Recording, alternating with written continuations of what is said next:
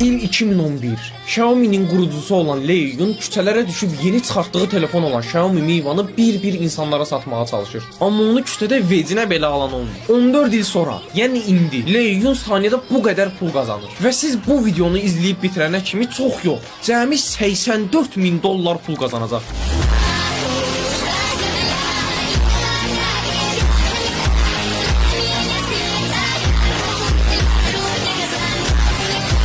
Lei 1969-cu ildə Çində anadan olub və universitetində kompüter elmləri təhsil alıb. O vaxtlar Steve Jobsdan ilhamlanaraq texnologiya sahəsinə yönəldi. İşinə proqramçı kimi başladı. Tez bir zamanda CEO vəzifəsinə yüksəldi. 2010-cu ildə 8 nəfər ortağını toplayıb Xiaomi-ni qurdu. Lei reklama demək olar pul xərcləmirdi. O ağızdan ağıza reklam strategiyasından gedirdi. 2025-ci il etibarilə Lei Yun'un sərvəti 43,5 milyard dollardır və saniyədə təxminən 1400 dollar pul qazanır. Bəs siz saniyədə nə qədər pul qazanırsınız? Şərhdə qeyd edin. Videonu da kasıb dostunuza göndərin.